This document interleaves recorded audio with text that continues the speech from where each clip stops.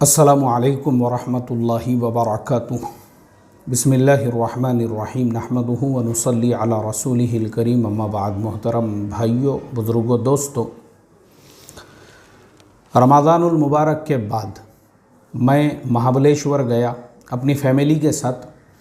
और मैं समझता हूँ हर इंसान ने अपनी फ़ैमिली को जो है एक ब्रेक देना चाहिए।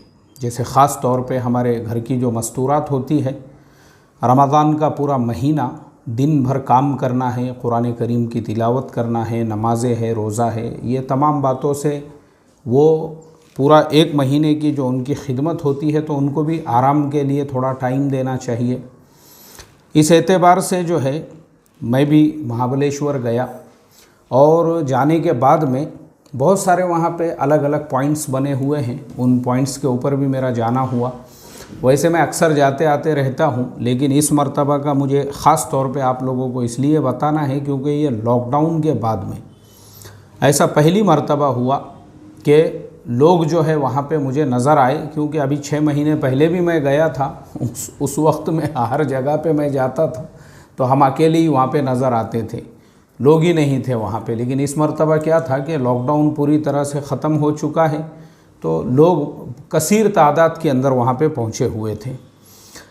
अब हम लोग जो है एक पॉइंट के ऊपर वहाँ पे गए और उस पॉइंट का नाम है एलिफेंट पॉइंट, उसको काइट्स पॉइंट भी कहते हैं। वो एक ही जगह पे 4 पॉइंट बने हुए हैं, लेकिन वो इंतहाई खूबसूरत है। जब आप वहाँ पे जाते हैं तो नीचे आपको पूरा एक डैम नज़र आता है, पानी का पूरा पानी पहाड़ों के दरमियान में रोका हुआ है। आप बहुत ज़्यादा ऊंचाई पर है, बादल अगर है तो वो सब आपके साथ में गुज़रते हैं तो बड़ा अच्छा मंज़र वहाँ पे लगता है।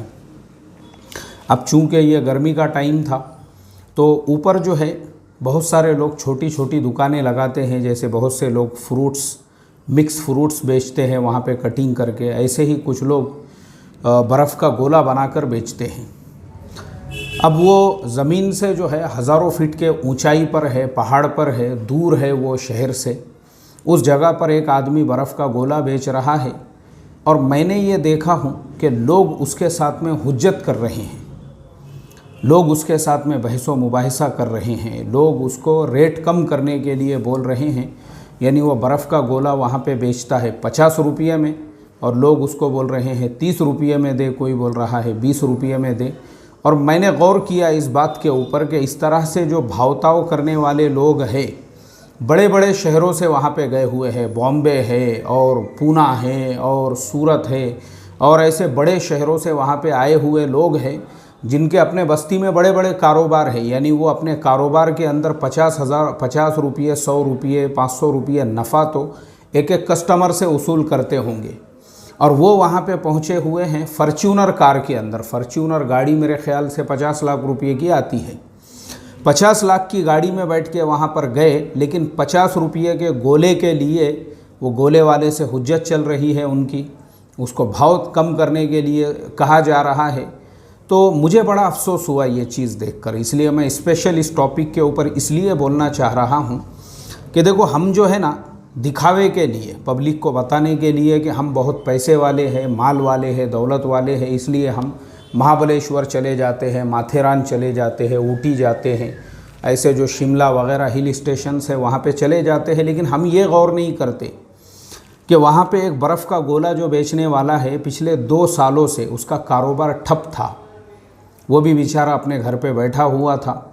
2 साल से उसके भी इनकम का कोई रिसोर्स नहीं था। 2 साल तक वो बैठा हुआ था। अब 2 साल के बाद वो आपको बर्फ़ का गोला उस जगह पे दे रहा है जो जगह ज़मीन से हज़ारों फीट के ऊंचाई पर है। वहाँ तक उसने भी लेकर गया होगा, वहाँ पे उसने जो दुकान लगाया हुआ है उसके पीछे उसका भी बहुत कुछ खर्चा हुआ होगा, बहुत सारी उसकी मेहनत लगी होंगी। आपको एक जगह पे जो है आपकी पसंदीदा जगह पे वो आपको आपकी पसंदीदा चीज़ अगर बेच रहा है और आप 50 रुपये के लिए अगर चिंदी चोरी के धंधे कर रहे हैं, इसको बोलते हैं चिंदी चोरी, इतनी यानी आप हलकटपना, मराठी में उसको बोलते हैं हलकटपना, अगर आप बता रहे हैं तो मेरे नज़दीक आपसे ज़्यादा भिखारी और गरीब कोई भी नहीं है।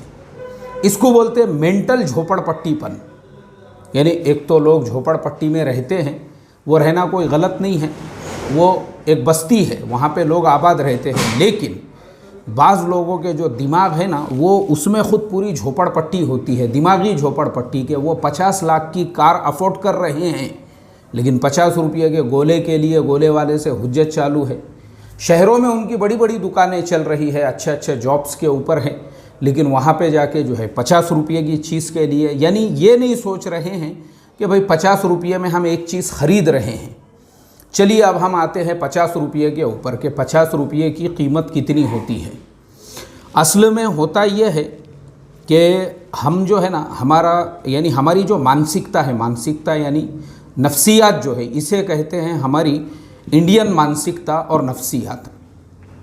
मतलब अगर हम बाहर देशों में जाएंगे और वहाँ जाकर अगर हम देखेंगे ना तो यही चीज़ें कितनी महंगी मिलती है, इनकी क्या कीमत वहाँ पे होती है, तो हमको पता चलेगा। ये हमारी मानसिकता जो है ना, हमारी इसी मानसिकता की वजह से कि हर जगह पे जाके वहाँ पे भाव-ताव करना और जो है वहाँ पे सस्ता तलाश करना। अभी मैं बहुत सारे वीडियोस देखता हूँ व्लॉग्स के, सफ़रनामों के, लोगों ने कैसे सफ़र किए।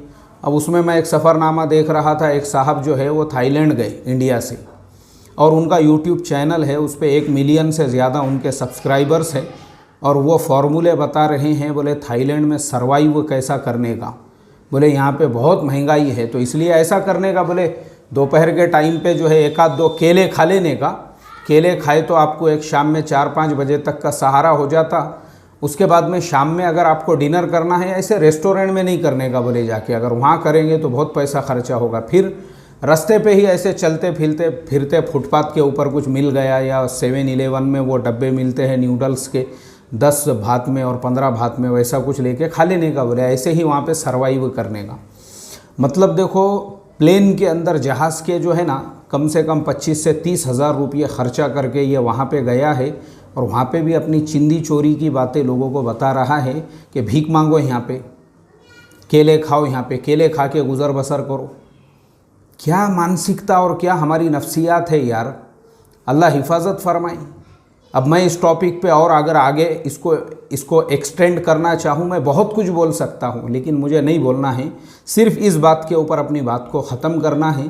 किसी भी जगह पे आप जाओ, दिल बड़ा करके जाओ। आप जो है ना, आप ऐसे 50-100 रुपये रिक्शे वाले को अगर आपने ये 2-5 रुपये के लिए चिल्लरपना बताने की बजाय दिल खोल के उसको 10 रुपये ज़्यादा दे दिए, ऐसे किसी दुकान वाले से जो है 2-5 रुपये के लिए अपना चिल्लरपना बताने की बजाय उसको दे दिए ना, तो इससे आप जो है ना आदमी बनोगे, आदमी। चिंदी चोरी से बाहर निकल गए, चिल्लरपन ये जो है ना, ये अपना मानसिक झोपड़पट्टीपन, इससे निकलो बाहर। दिल जो है ना बड़ा करके, आप कमा किस लिए रहे हो? ये चिंदी चोरी चाले के लिए कि 50 रुपये का एक आदमी जो है बर्फ़ का गोला बेच रहा है, वो भी पहाड़ के ऊपर हज़ारों फीट की ऊंचाई पे, और उससे हुज्जत 20 रुपये में दे, 30 रुपये में दे। क्या है यार भाई ये? तो ये चीज़ों से बाहर निकलो। कहीं गए ना, दिल खोल के ज़रा। घोड़े वाले होते हैं, उन्होंने 200 रुपये मांग लिए, कोई बहुत बड़ी रकम नहीं है वो 200 रुपये।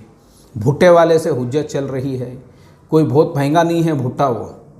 अल्लाह हिफाजत फरमाए। तो इसके लिए ये दिल बड़ा करके जब आप खर्च करने की आदत डालोगे ना, इस तरह के चिंदी चोरी से बाहर निकल के आदमी बनोगे आप, आदमी। देखो आप ये सब चीज़ों पे अमल करके आपके अंदर कैसे कॉन्फिडेंस पैदा होता है, और आपको लगता है कि यार वाकई में भी मैं कुछ खर्च कर रहा हूँ।